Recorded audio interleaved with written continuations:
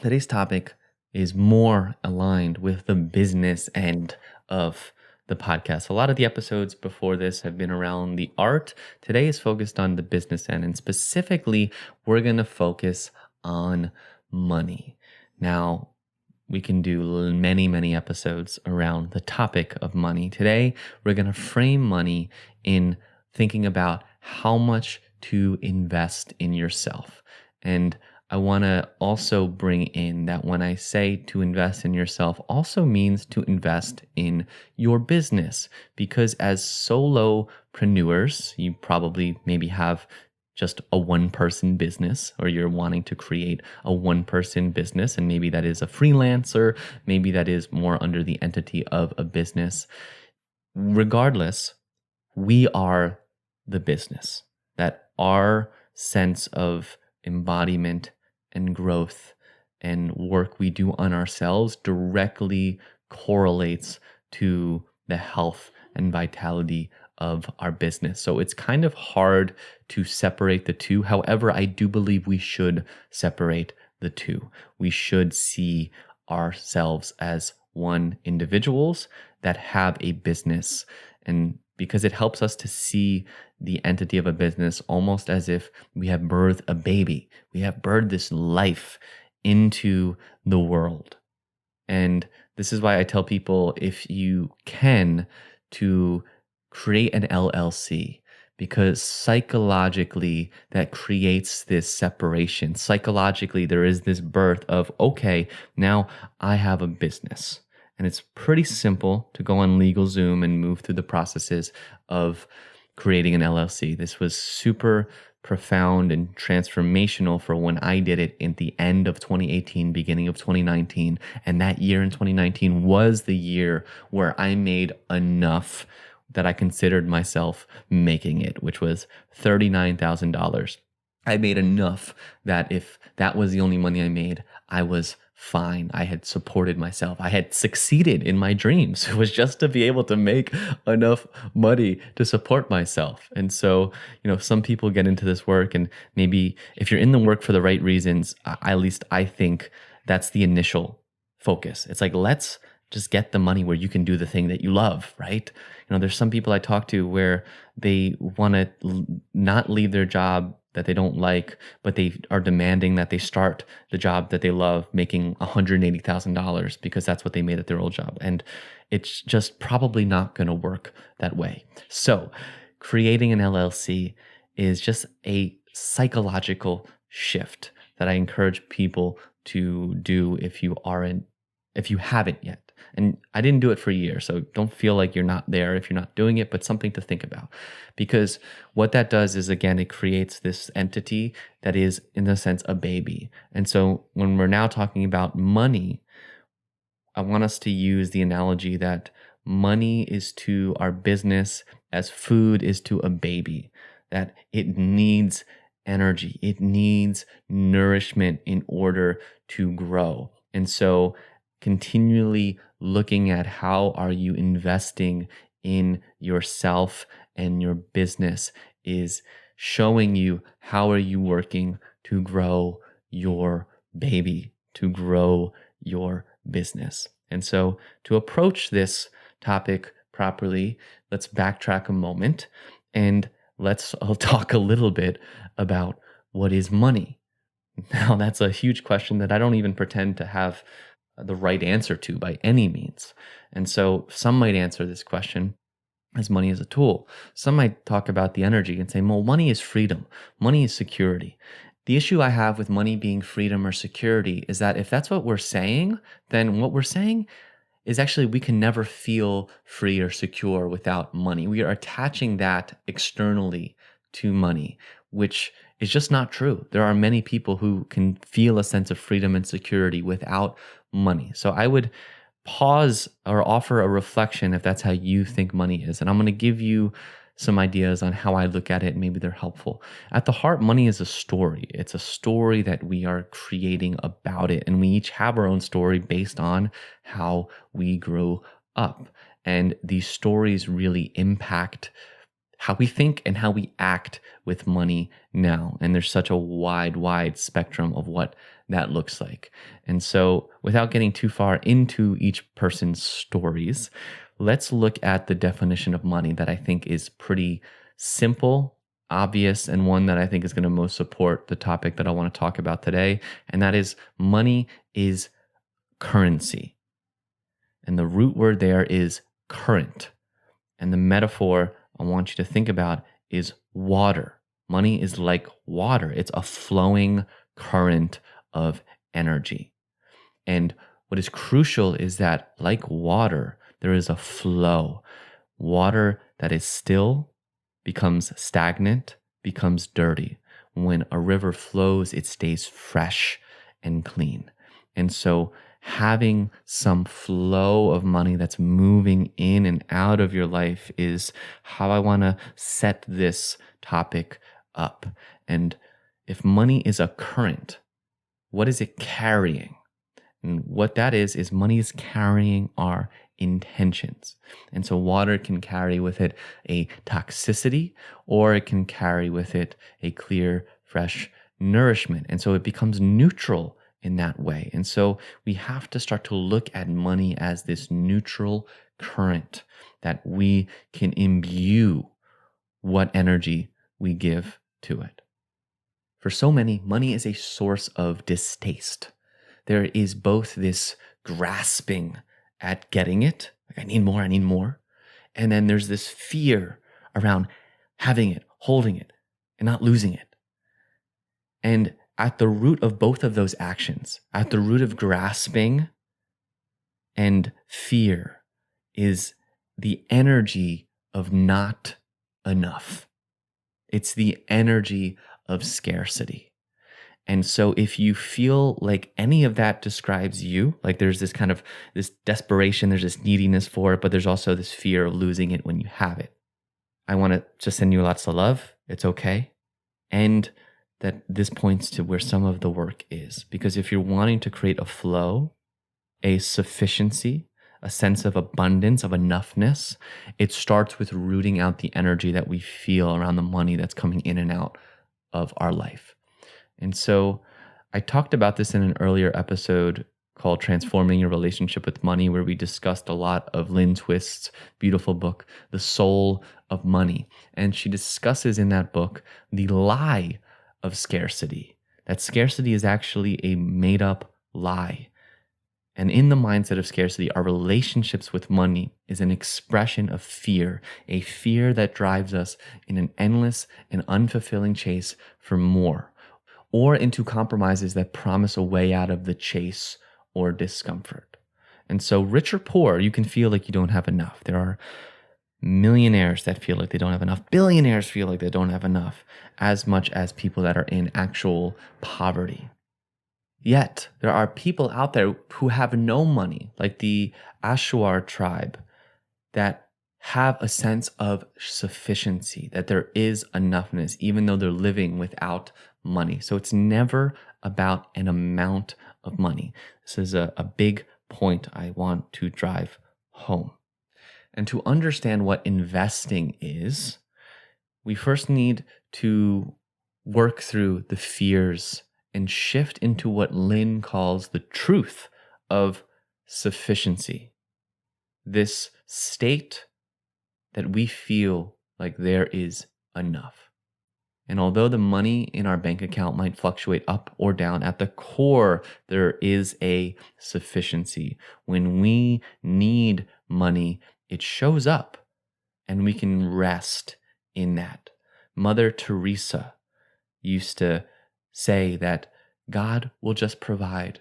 She just said, God will just provide. She was never worried about the next step, even though she didn't have any money or any practical ways that she thought about making money. She just was rooted in a state of sufficiency, in knowing that if God is leading her path forward, that all that is going to provide the material to allow her vision to come to fruition.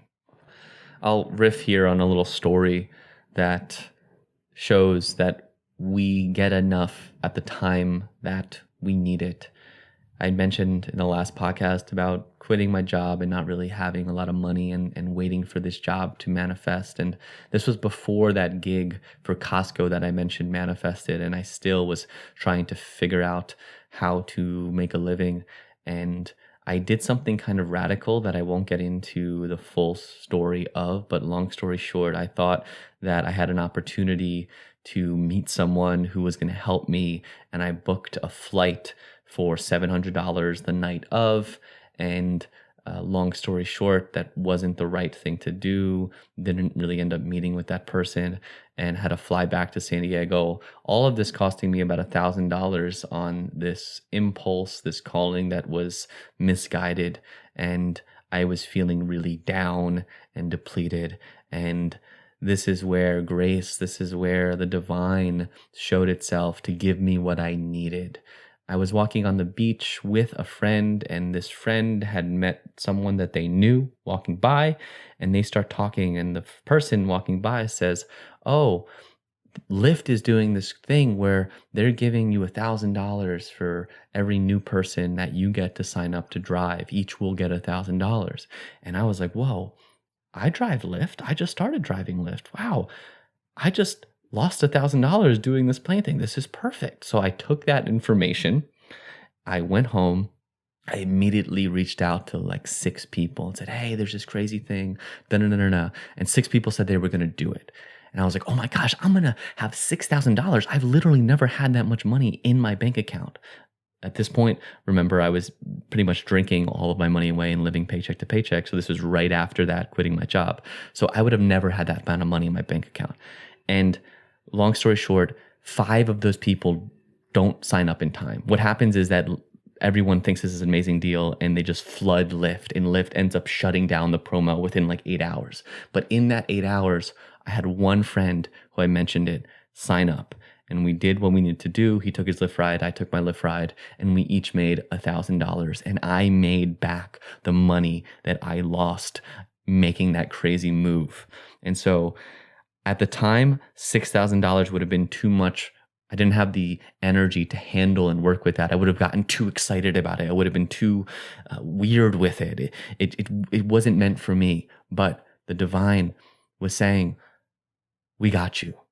Just enough to cover this thing that I did. And it was this insane synchronicity to show me that the universe has my back. And so I offer that little story just to give you that trust. If you are following something that is aligned to you, that things will happen that we can't understand. Which brings us back to investing in ourselves, because what that does is it starts to grow the energy that we can start to hold in our financial world. Right now, $6,000 is not the same feeling it was in 2015.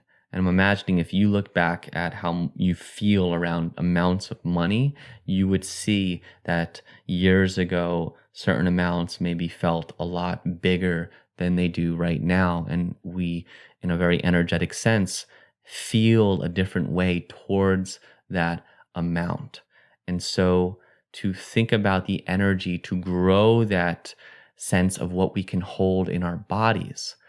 And before I go into it, I mean, just to think about the money that we can hold, how many stories are of the lotto winner who gets millions of dollars, but they've never had that amount. They don't have the body, don't have the energy to hold that amount. And it seeps through like a 50-watt bulb going into an 1,000-watt circuit. It's going to overflood what that bulb can handle. It's going to burn out, and often leaving that person worse off than if they would have never won that money.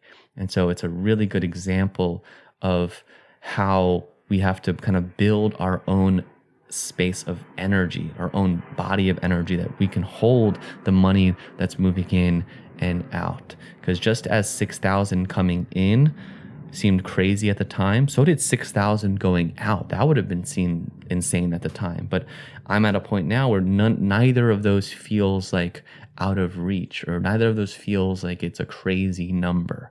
So this is the growth around money, and it starts by learning the energy that we're putting towards it as we put it out, and the energy that we feel towards it as it's coming in. And so this is, again, I feel like I'm setting up investing in ourselves like over and over, but different ideas are coming to me. So I hope that they're just helpful in really setting this up and just having this conversation that I think is an important one to think about as you build your business. So if money is a current and we are energizing that current, what we put to it, the energy, the love, the care, the intention comes through within that current. And so to start practicing this, just notice how you feel when you start spending money. Notice when the grocery clerk rings you up and you have to put your card in. How are you feeling in that moment? Are you feeling joy for the opportunity to have all this food and for the convenience of them packing it in the bag and for you walking into your car?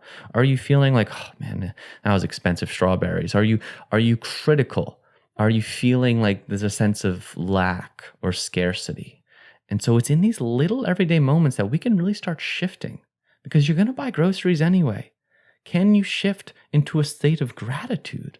Holy moly. Do you know how crazy that would have been 100 years ago to be able to walk into a grocery store and get all the things that we can get? It's insane. Absolutely insane. So can you feel that gratitude for the convenience, for all the things that have gone in the background that have allowed you to have those strawberries in your bag? And as you send and confirm and put your card number in there, say thank you. Thank you. Can you feel this? That, yeah, of course, this is, $150, $200, whatever it might be. It could be $2. Can you start to feel a gratitude? Because you can have the same purchase with such a different feeling, and that's the current that you're giving to money. That's the current that you're sending out into the world. And so I not only encourage you to do this with grocery store or purchases that you have through your day, but also look through reoccurring purchases. Can you look at your bank statement and see the money going out for the electricity, for your internet, for your phone, the things that kind of go in the background often, at least if you have that set up? Can you go through it and feel gratitude for everything that gives you?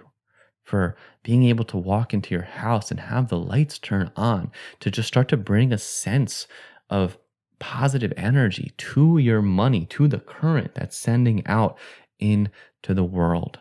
I promise you, just this act will be transformational. And so there's this nature of giving and receiving.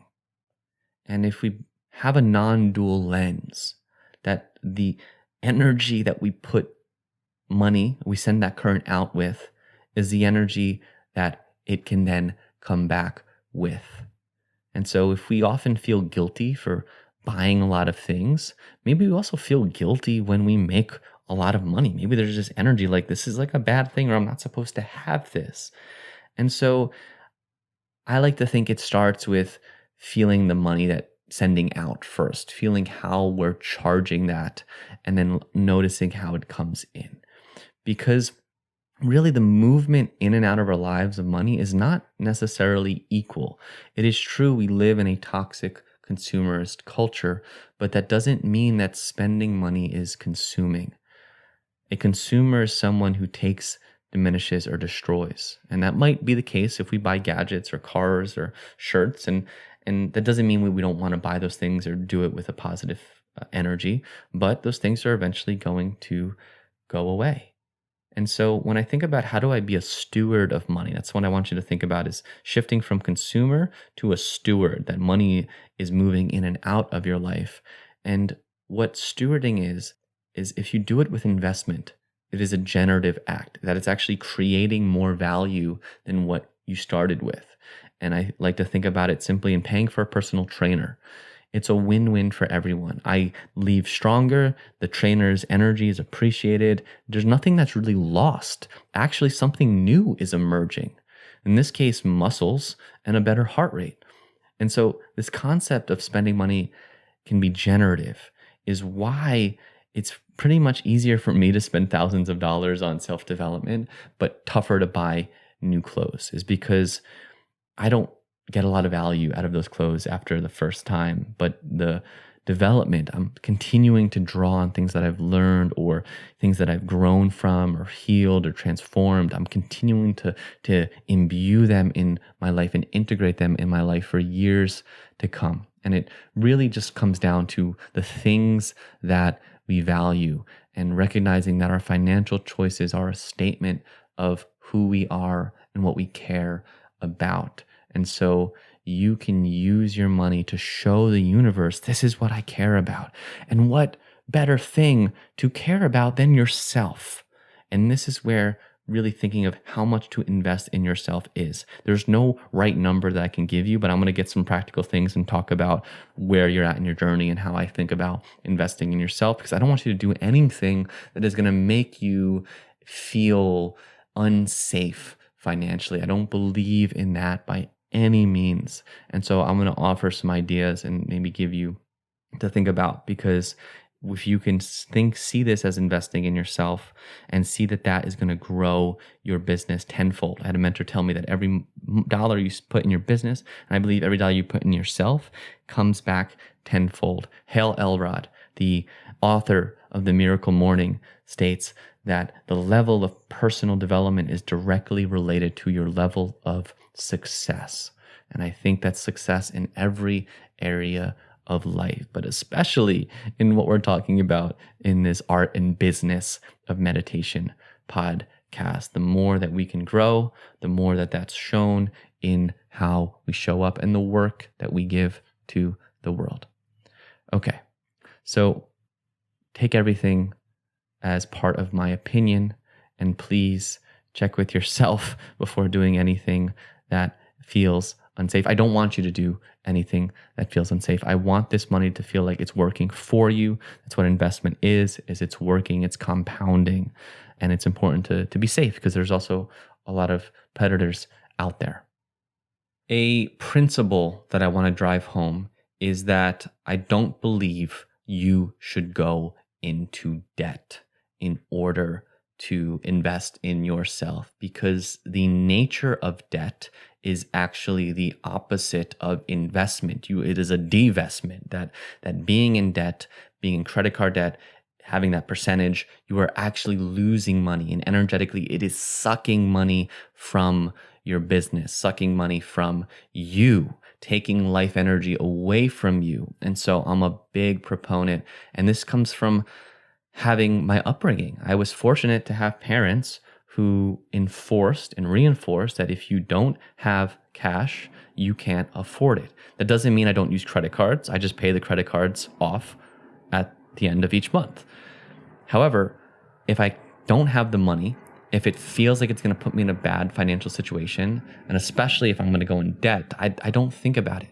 Remember, I told you I didn't have the money to invest $2,100 in Sarah McLean's meditation program in an earlier podcast episode. And this was at a time where I probably should have figured out how to get the money. But the universe was telling me, no, this is not the time for this. So I trusted it. I didn't force it. I didn't try to ask people, to ask parents, to ask whoever to give me money, because I trusted that if God, the universe, wanted me to take this program, it would be obvious. It would be clear that the money would be there, and it wasn't.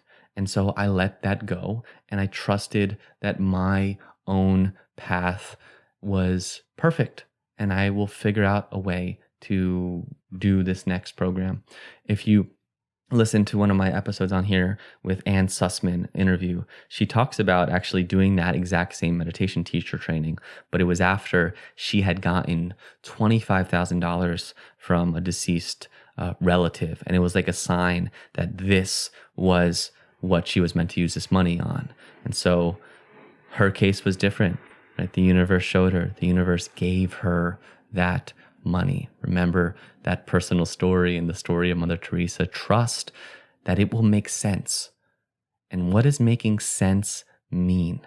It means that you can make the investment and not then be in a complete state of stress and fear thinking about how you're going to pay your bills or how you're going to eat. And for many people, that might mean different things. And so maybe you find a scholarship through some kind of program and you get a scholarship because that's really what you need. And you have absolutely no money in savings, just nothing, no prospects, absolutely nothing. And there's people that could be really valuable for. For most people, there's probably a product or something that people are working at a level that you can afford. So you might not be at a place where you can work with a coach who charges $6,000 for their program. But maybe you can work with someone who charges per session at $40 and you start there. And so thinking about what can you manage? What is your level of investment?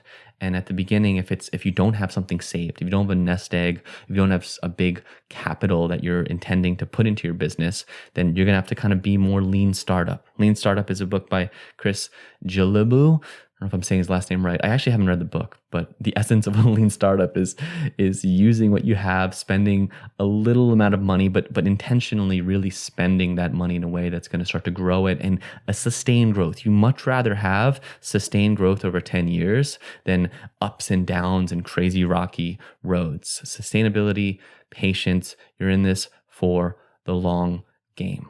And so find the places, the people that you can invest in at your level. And if you're listening to this and be like, oh my gosh, Lou, I am in debt. I've already done this. I haven't listened to this podcast. I haven't listened to you. I went into debt. So it's okay. It's okay.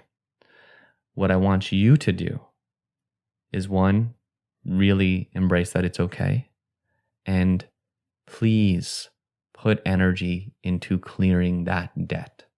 Not in a scary way, not in that you have to figure it out tomorrow. Just start. And that might mean $15 a month, that something is going towards that debt to clear that out, because if not, it's going to start taking energy from you. And a practice that I want to encourage everyone to do is to just simply, especially if you're in the beginning and you are a little bit tighter, is to just do a simple P&L of your life, of what money do you have coming in, what are your expenses you have coming out, rent, food, etc. What do you need to survive? What does that give you extra? Just a very simple, I don't want to call it a budget. It's just a P&L. It's just noticing the flow of energy in your life and thinking about, okay, what makes sense within where the flow of energy of money is in your life right now. So do that. I really want to encourage you to do that. It's a very basic thing that I think is really helpful at any stage that you are in. And so notice what's a stretch, but realize that spending more is not always better. And I want to share a story of a time where I spent a big amount of money for me. It was a stretch for me. In 2020, I spent $5,400 on a 4-month coaching package. And I felt like it was a stretch, and I felt like I really wanted to put that money into myself. It was super aligned. The way that things came together, the growth that was taking place, it just felt like, yes, like this is what I needed to do. And at the time I was making a little bit more money. So I had that money. I had that money in the bank, but I decided to make a payment plan. And when I made that first payment, I did it with such a positive energy of love and courage and commitment. And I really felt like something shifted in me that day. Something shifted in me because I realized that what I was doing was actually putting this money into myself. And it felt so expansive to see that I could be worth, that my life, my business, my growth could be worth that amount of money. And it absolutely transformed the way that I looked and saw money. And it was powerful. One of the best investments I've ever made. And so in 2022, I thought that, well, I'm making a little bit more money. And if I spent this amount, then spending more would be better, that I would get more of that feeling. Aha.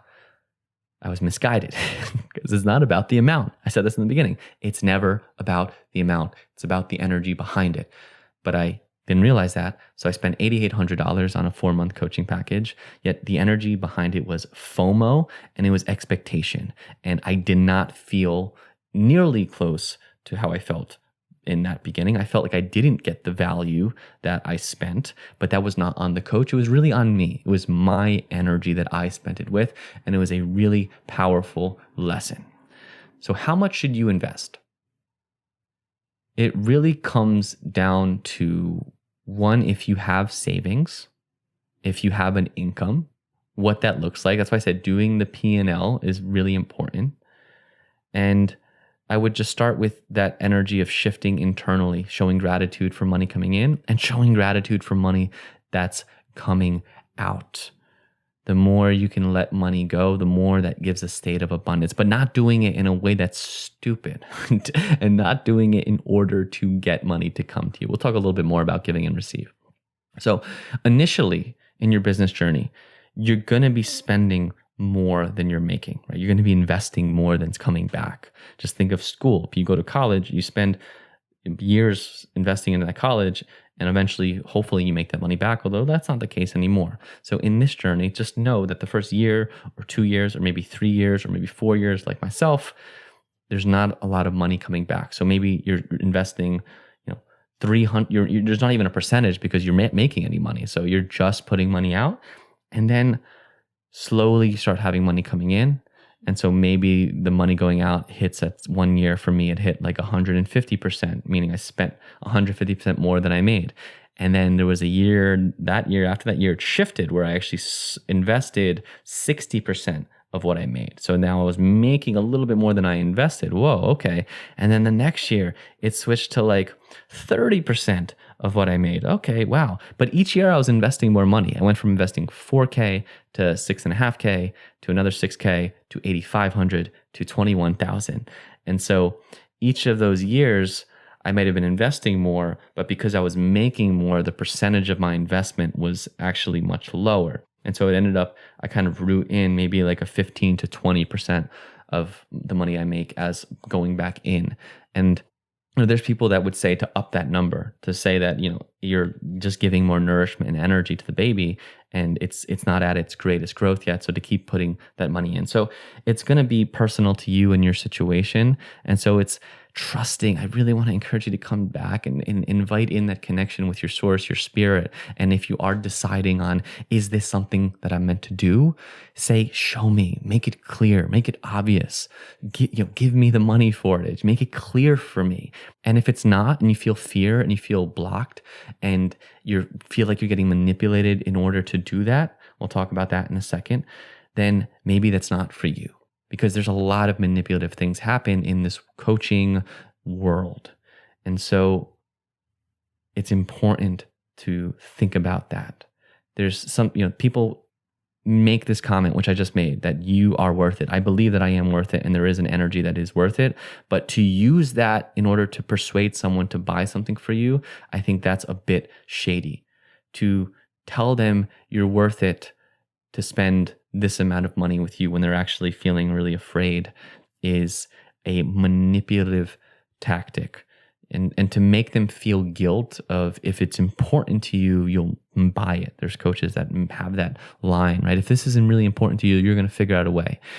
And I believe that you don't need to say that, because if it really is important to them, they're going to figure out a way, right? So the way that I present at least more of offers, if it's one-on-one, which has, it's a bit more of an investment than something that's working with me, or a course, obviously. So if it's a program, or if it's a one-on-one, for me, it's just an invitation. Say, hey, this is where I'm at. These are my prices. I'd love to serve you in here. What do you think? Here's the invitation. And if it says, well, that's actually way too much, I'm like, great. Whenever you feel like this is ready, I'm here for you. And I try and just keep it as this is an invitation, and not do any kind of trying to get someone somewhere. Like, I'm trusting in the universe. So I want you to trust in the universe, both in when you invite people in to work with you, to not start to fall into these types of sales. And I could be wrong. I could also be coming at this. I might change my views on this in the future. I don't know. But at some point, this current state of my business, my sales process is no sales process, because I'm not thinking about a sales process. I'm just connecting with someone and sharing what it looks like to work with me, and seeing if it aligns and vibes. And many times it does. And that's amazing and exciting. And I get to do great work and awesome. So it's really about the energy. And so I come at it with a very released energy unattached, and you'll have people and so thinking about, are you coming at it from an attached place? Do you need this person to eat? Like, it's going to be a different energy if you're coming at it from that, and people are going to feel that. And I really want to I get in the coaching world, there's like obscene numbers out there, right? And I don't judge it.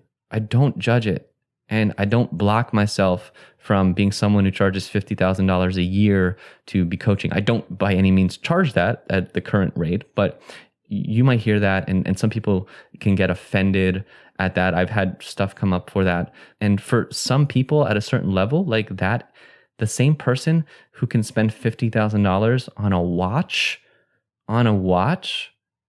and then you say $50,000 on a year of transformation and growth, and someone they're supporting you and there for you every day. That is where the value doesn't necessarily equate, right? So I want to invite you, because it's easy to fall into judging people for charging a lot. Don't judge them for charging a lot. Judge them for how they're actually trying to bring people into their programs. Because if they can sell a mastermind for $50,000 for the year, then let them have fun and trust that those people in there are going to learn what they need to learn, if it's done in an integral way, or if not, and that we don't have to control other people's journey, but I do want to be a proponent of being aware of the manipulation that can occur and can prey on people who are really vulnerable. And they'll use topics like, spirituality is not about getting rich, right? This is not about getting rich, but it's also not about being poor. And so the idea where we're blending this spirituality in, that again, this money is a very neutral topic. So, people have told me, oh, God wants you to be rich. And I'm like, no, I don't think God wants me to be rich. I don't think God wants me to be poor. I think God wants me to be free. And honestly, oftentimes money is going to create more energy around holding the money. If anything, it actually can inhibit a lot of times freedom, which is spiritual freedom, which is why monks have a vow of giving up their money, because it's money's never, like I say all this, right? I talk about all these types of prices, and I know I'm just ranting here. So if it's not valuable, then maybe you've already stopped listening to this. But money is never going to give you happiness or spiritual freedom. Just take this in and really embody it. Money will never give you happiness or spiritual freedom. It can't give you anything. Money doesn't give you anything. You give money energy. You give yourself to money. And so you might feel that hit of excitement when you make a sale, and you might chase that, but that's not the liberation, that's not the spiritual, that's not the joy. It's not really kind of in our own personal work what is the actual thing. Now, we might spend money in order to align ourselves more with that, or do work that might allow that to come through. But at the end of the day, I also want to say that to achieve any of that, you don't have to spend any money. That you can find all this stuff for free, that all the wise books, all the wise teachers are going to point you to the truth. And the truth in many wisdom traditions is free, and you have donations. And that doesn't mean money is bad. So it's this balance that we're working, because when I say that, then you're like, oh yeah, well, like no money is good, right? There's this kind of imbuingness that you might be putting onto that. Oh yeah, then this is the right thing to do. And I want to just pause and pull back from that, because again, this is a neutral thing. Let's just take money out of that equation. Because in many of the traditions, and to get your word out, you need the money. If you want to impact millions of people with that, you have to become a millionaire, right? You have to build a system, a business that can share your gifts and expand it outwards. Even the Dalai Lama, right? Even these high spiritual figures, they have money that's helping getting their message out there. Yogananda had a benefactor. I'm blanking on his name, but this benefactor who devoted so much of how Yogananda became so big in America because he had found such refuge in Yogananda's teachings and his work. And so how beautiful was that money that man made. Now that man was a bit spiritually bankrupt and went through that story. So we don't have to go to that story. We can be someone who can let the energy of money flow in and out of our life without making it bad or wrong, without making a moral judgment around it, but just using it, continuing to know if am I stewarding this, or am I holding it? Am I holding it, or am I stewarding it? Am I letting it flow out? Am I sending it to the donations that I care about? Am I stewarding my money in a way that's going to make the most impact? And what's great about the work that we do and how we invest in ourselves is we get to invest in people that we actually care about. We get to know that the money that we're giving to someone is really helping them, and we're already getting a lot of value from someone, and it's helping them share their gifts. Just as we want to be supported in sharing our gifts, we get to give that. And the biggest energy is, again, giving what we want to receive, but not doing it in order to receive. There was someone I followed. Her name is Margot Aaron, and she's just so funny. I loved her writing, and I would read her newsletter every week. And I was just waiting. I just wanted to give her money. I wanted to offer some reciprocity for all that I was receiving from her. And I just honestly just loved her. I was like, I want to support this person. And so I was waiting for her to have an offer that aligned for me. And I was just like, take my money. She finally had a copywriting course. I was like, I want to sign up for it because I'm so happy to give this money. It was such a joy to sign up for that course. And, that even makes the thing that you sign up for a lot more joyous, right? When you have joy putting that money down. Holy moly. I have ranted so much on this podcast. I don't even know if any of that was valuable. I might just be projecting my own fears and insecurities around money.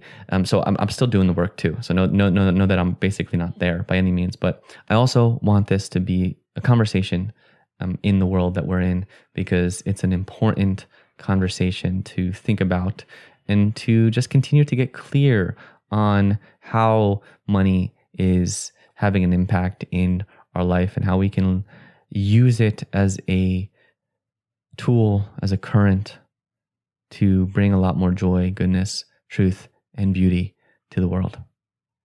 So thanks so much for being here and listening to me, if you're still here.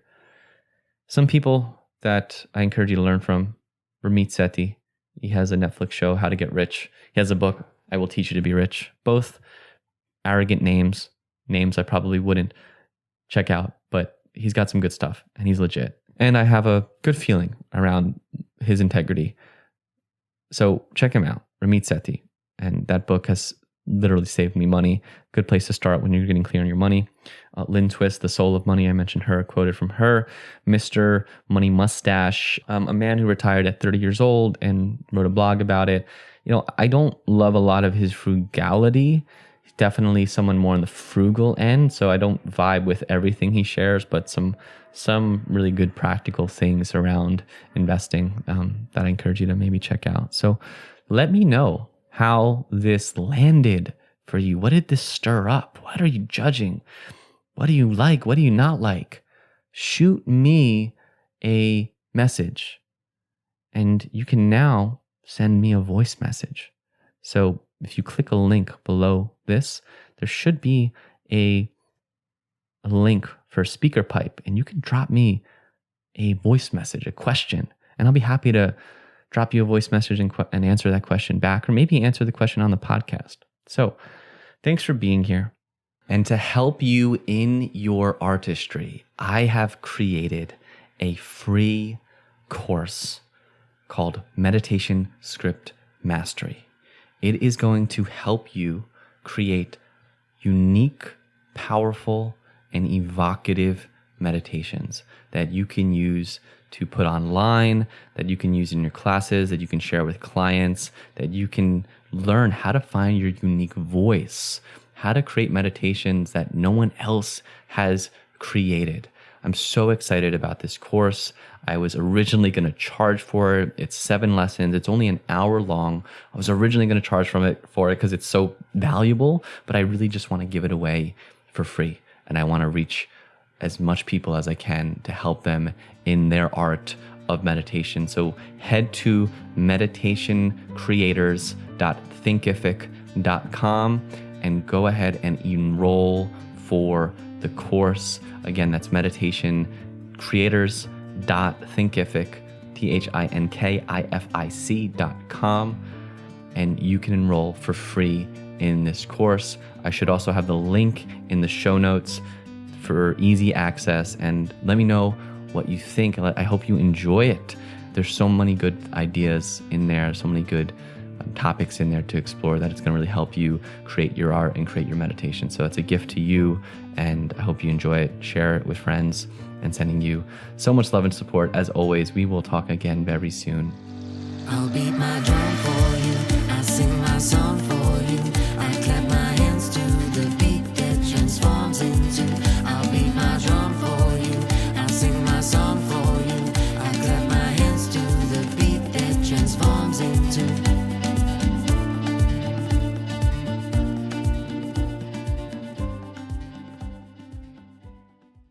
The music you heard is a song called Nova by River Roots. Thank you so much for listening.